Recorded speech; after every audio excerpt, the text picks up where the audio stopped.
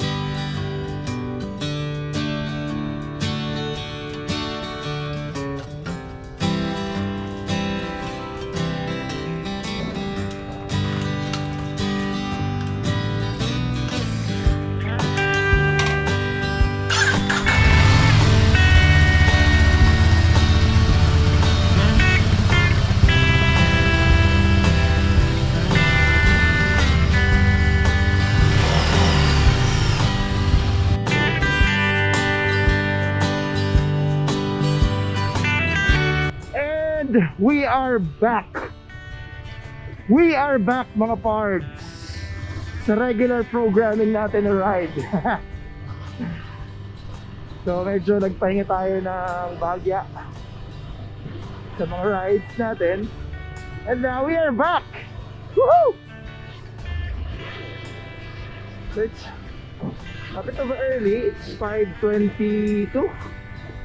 And we will be riding together with our rider friends na na-miss ko. So matagal-tagal tayo nawala because na busy. Yan. Ay, ganda ng simbahan, no? Nice. Ganda ng morning. Sige po. It's summer. Napakainit ngayon. Tara mga parts, samahan nyo ako mag-ride at epic ang ride natin ngayon, or astig ang ride natin ngayon. Simple lang naman, Ducati Scrambler.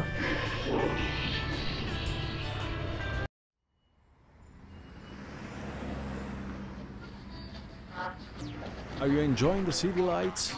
This is dedicated to those who live the night.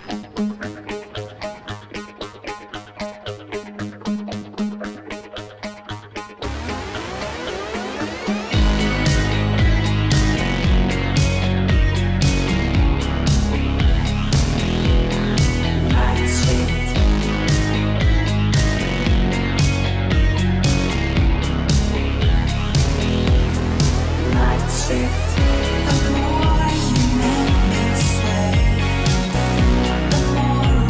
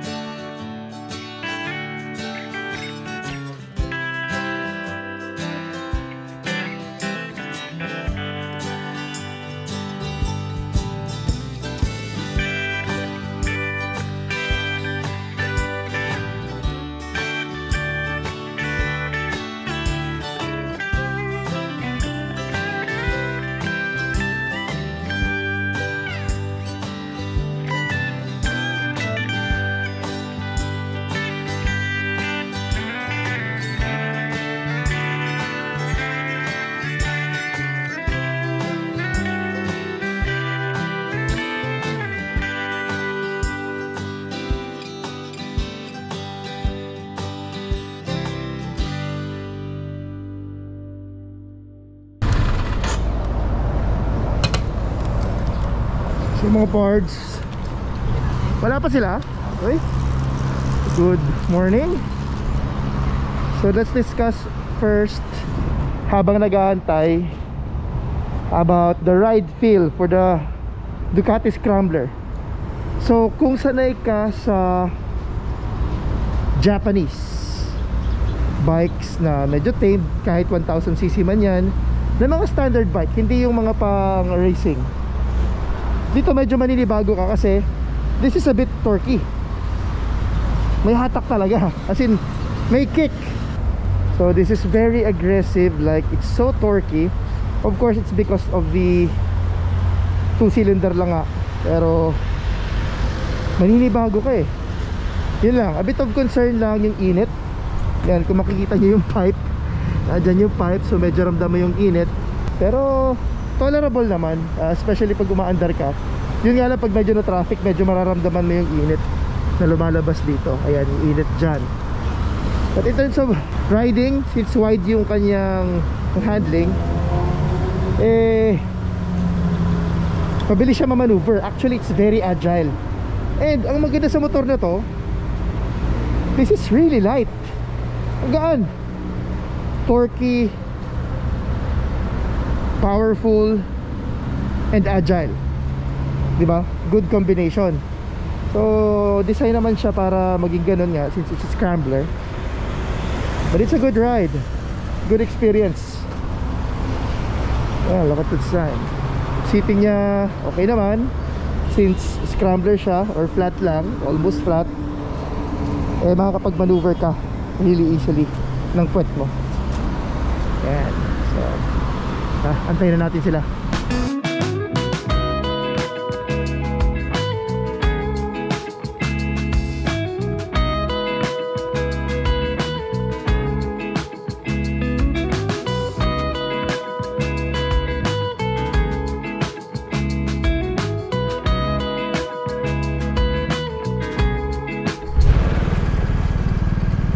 Alright mga pards, eto na ang tropa. Ayan ang tropa, tayo na yung nag-ride papuntang Lipa.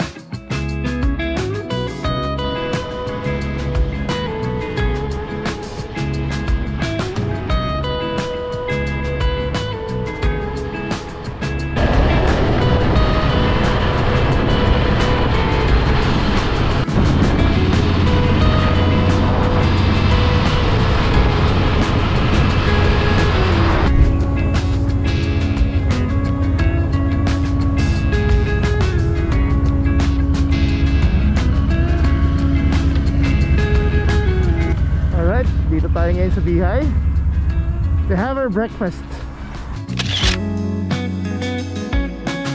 At ngayon mga pards, tapos na nga tayo ng breakfast at papasyal tayo ng bahagya at mag shopping. Let's go.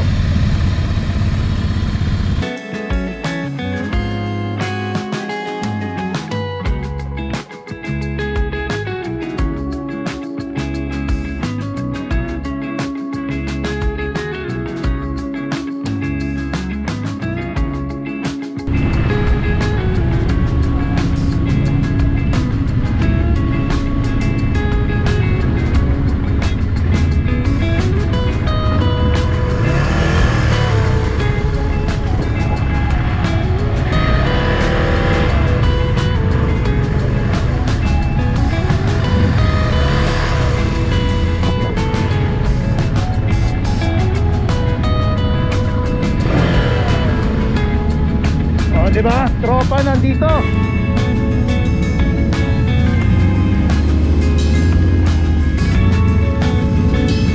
Yun o.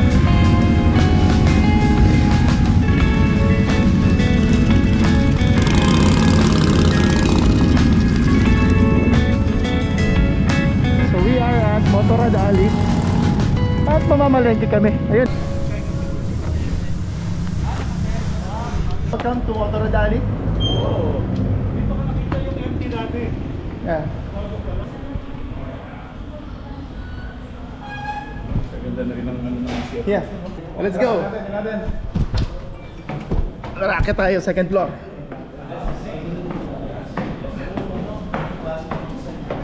Hi, Neymar morning. Oh, shout out. Bart. Good evening na, sir. Yeah, so yeah. Himik yan, di ba? Yep.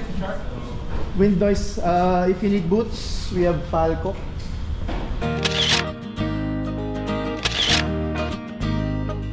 Cute no?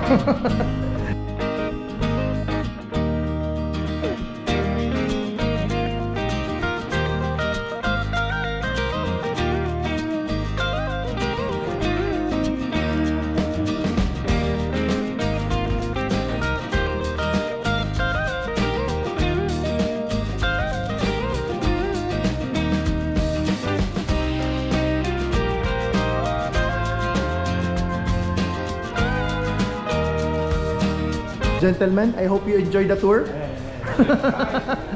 I hope you enjoyed the tour. Parang school tour lang, no? But riding. So that's Motorride Alley. So if you have bike needs, dito na kayo pumunta. That ends our video, mga pards. Sana nagustuhan niyo ang video natin today. At lagi natin tatandaan, hilig man sa kotse o sa motor, bakit ka papipili? Hard work pays off. Pwede both.